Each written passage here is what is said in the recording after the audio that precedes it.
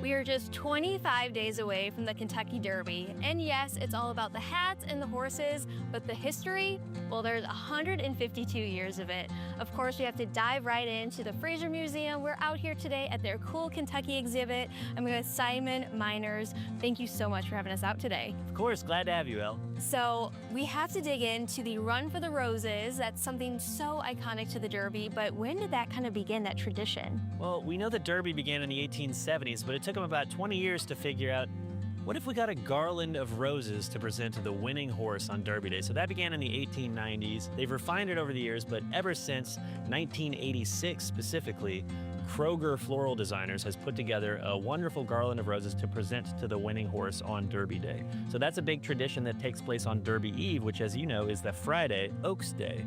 So usually at the Middletown Kroger location, they will make a garland of roses to give to the winning horse. It is so beautiful if you've never been out there before, because they do it right in front of all the customers. That's right, yeah, so it's handcrafted. We have on display here at the Frazier Museum the 2005 garland of roses from the 131st Kentucky Derby running. And that was made with 554 roses, and they're all stitched in with 554 little holes punched into the satin moire because the stems go into little vials of water to keep them nourished. But it took about 80 hours to make that year's and about 10 to 12 additional hours on Oaks Day. So they make it in front of the public, and the next day they bring it down with LMPD. They take it down to Churchill Downs, and after the Run for the Roses, as we call it, on Derby evening, they present it to the winning horse. Now in 2005, the winner was Giacomo. Hey. It was one of the biggest long shot Derby winners ever, had 50-1 odds. So it's only been bested by, I think, Donna Rail, who had 91-1 odds, and then of course Rich Strike and Country House in recent years, and then Mine That Bird in 2009. So one of the 5 top long shot Derby winners ever was Giacomo. So that year, in 2005, he was presented with this garland of roses, and after that, the Kentucky Derby Museum put it on display, and they had it freeze-dried for 4 hours just to maintain those petals, because otherwise the cells in the flowers will die and the petals will shrivel, and we don't want that. So it's been freeze-dried at negative 20 degrees Fahrenheit. That's really cold. It's very cold for the roses, but now it's in great condition and it's on display, and they've loaned it to us here at the Frazier Museum. So I give tours to guests from all over the world, from San Diego and the East Coast all the way over to the Philippines and Africa and Northern Europe, and people come from all over the world, and they want to learn about Kentucky Fried Chicken, they want to learn about bourbon, they want to learn about basketball, and of course, the Kentucky Derby in Churchill Downs. So I show them this object here.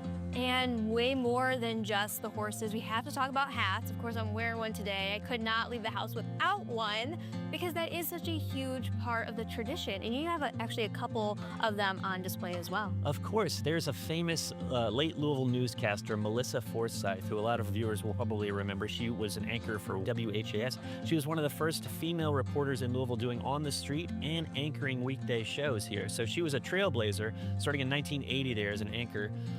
But she would partner with Frank Olive, who's this New York City-based milliner who made these wonderful avant-garde, really cool hats for women to wear to these events back in the 1980s. So he would supply her with these hats. She would wear them, model them when she was anchoring, doing coverage of Derby Day back in the 80s and 90s. So we have a collection that her family has loaned us. She passed away back in 2022, but she has these gorgeous Frank Olive made straw hats with really tight woven straw, some tulle draped around the top. There's a brooch with a rhinestone. They want that brooch Kentucky so bad. Derby horse made of rhinestones. So, you know, a lot of embellishments, but it's wonderful fashion, women's couture, Derby history, all on display here at the Frazier Museum. That's in our collections, so hopefully we'll bring that out and put it on display again in the future. I hope so too, because you have to see these pieces. But better yet, you need to come out to Derby, because you are making a presence, because you have a great partnership with Churchill Downs. That's right. 2025, we partnered here at the Frazier with Churchill Downs to make Derby Cool Kentucky Day.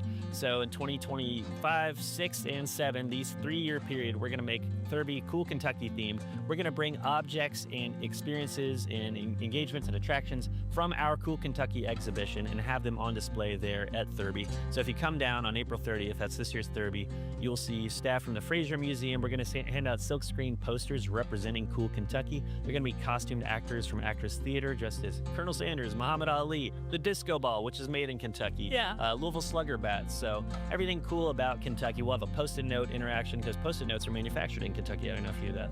So celebrating everything that's neat about the state and recognizing 2 different iconic Kentuckians. I can't name them yet, but you're going to know a couple of them as soon as you find out. They're going to be on the big screen. They're going to represent them at Churchill Downs on Derby Day. Oh, that's going to be so much fun. But if people want to learn even more Kentucky history, I mean, there's 152 years of just Derby history, but there's so much more underneath these four walls. So how could people maybe book a tour while they're here for Derby?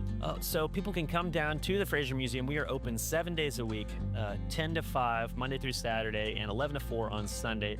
We have a Kentucky show movie screenings 3 times a day in the theater right next to us. We have guided tours at 11, 1, and 3 every day, at 12 and 2 on Sundays. But people can come in and just show up, buy an admission ticket at fraziermuseum.org or walk in. We'll take anyone and give them a tour of our Cool Kentucky exhibition, our Commonwealth exhibition. They'll learn about history or Kentucky counties, pop culture, everything they could possibly know about the great state of Kentucky. I love it so much. Sign me up for a tour, but most important question is, we're 25 days away from Derby. Do you know what you're wearing yet? Do I know what I'm wearing? My goodness. I'm thinking last year people complimented me on my fedora. They thought, ooh, that's really posh. Where did you get that? My secret was I got it from Caulfield's, and it was like a fake vintage fedora, but I got all the compliments on it, so but I also wore like a red polo like Jake from State Farm. So I didn't put too much thought into it. This year I might gussy up a little more. There you go. Well, Simon, always a pleasure. Thank you so much. Thank you, Elle. So again, to learn more, book those tours, just head on over to their website.